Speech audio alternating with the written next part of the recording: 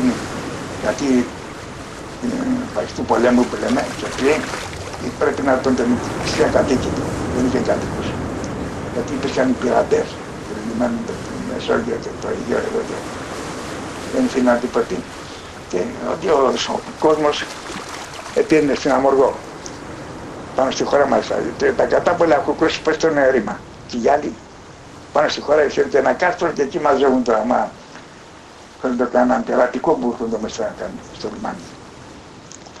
Και μετά που γίνε το ελευθερία βέβαια, εδώ ειδοποίησαν οι αρχές ότι να τα στενούσαν να καταλάβει τα μέρη εκείνα.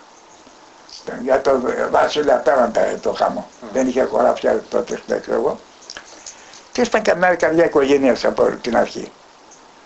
Οι Κοβέοι, Πράσινοι, Μασκουλίδες και Σιγαλέοι και Ρούσοι.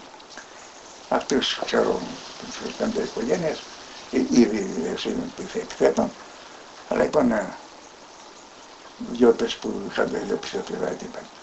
Και πιάνε, όπως καταλαβαίνω, εδώ ήταν 3-4 κατοίκησα εδώ, στον κάμπο που λέμε, στο Σταυρό, άλλοι 2-3 στη Μεσαριά, 3 και στην Καλοταρέτησα και άλλοι προς το Μερσίνη, έτσι πιάσανε.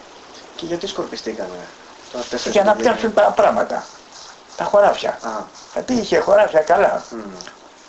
Και τα πήρανε, τα πλάσα εκεί, μαζεύονται εδώ, ήταν πάντοτε η έδρα, είχε εκκλησία, κοινότητα δεν είχε έδρα, αλλά είχαν την εκκλησία με το Σταυρό από την αρχή και κατέβαιναν τα Κυριακή και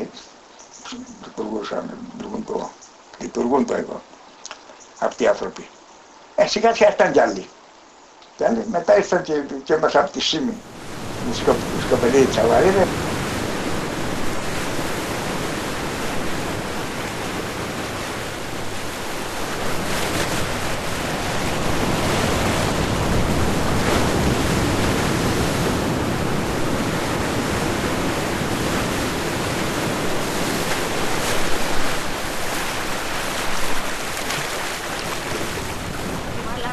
Ποιος θα το πάει να βάλει νερό από τη βρύση τότε.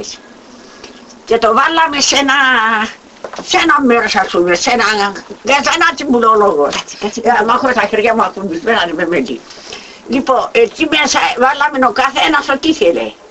Μέσα το νερό μου βάλαμε από τη βρύση ή βάλαμε αυτόν ο καθένας μας εκείνα που ήθελε.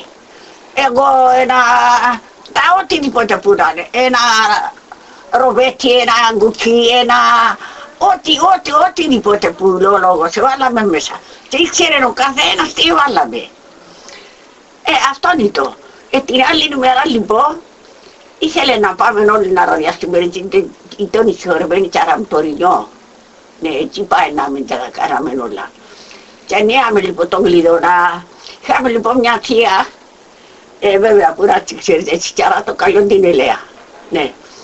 Λοιπόν, ήθελε να έρθει, να είμαστε όλοι αραδιασμένοι εκεί, γιατί τότε το Μερσίν είχε κόσμο, τότε συγχωρούμε στα νησιά από πέρα οι όλοι, τον εμάς, ας πούμε, τον από εδώ, από εκεί, πάντως τον πολύ. Και ήθελε λοιπόν να πάρει δρόμο να έρθει, ήταν μεγάλη γυναίκα βέβαια, και να είναι σύλληπα από έξω. Ανοίξαμε τον Γλιδονά, να βγει χαριτωμένη.